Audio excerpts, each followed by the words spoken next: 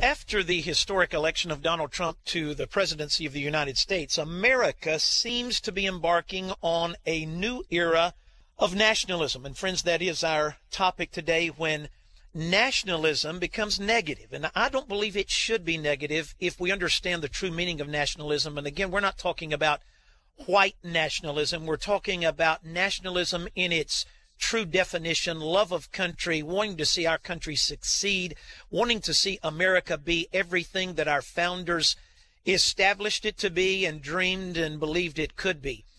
Part of that sense of nationalism, and certainly part of the campaign, is the now well-known slogan, America First. Well, that phrase has inspired many, including many in the Christian community, but it's also concerned many Christian evangelicals. What do I mean by that? Well, here's questions that are being posed. Should Christians embrace such a concept of America First? Are we not to be more globally minded? And then here's a question I get a lot. In light of us being commanded in the scriptures to make disciples of all nations, is an America First thinking in violation of that principle? Well, Gary, Sam, I want to go to both of you men. And Sam, I want to start with you. Could you address for us, and I'm putting a lot on your plate, I know, but talk about how it is not antithetical to worldwide missions to have a nationalistic spirit wanting to see not America only, but America first. Is that not a biblical concept? And it's not antithetical to reaching the world with the gospel.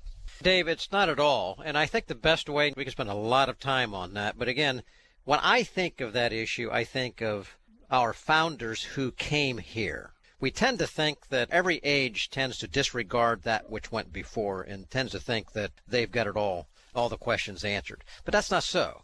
Never has been that way. When our founders came here, they came here for the purpose of finding a new nation where they could train their children up in the ways of God. That's why the pilgrim, that's why they came. And secondarily, they came here as a means of evangelism. They wanted to come and speak about Christ to the Native Americans who were here. But their prayer from the beginning was that God would hear their prayers and would establish, they used the term, New Jerusalem, New Israel, a new nation is what they were saying. And from the first governor of the colony who prayed that God would establish here this nation to be a shining city on the hill from which light of the gospel would go around the world. And then William Penn here in Pennsylvania, that this would become a holy experiment, an example to the nations.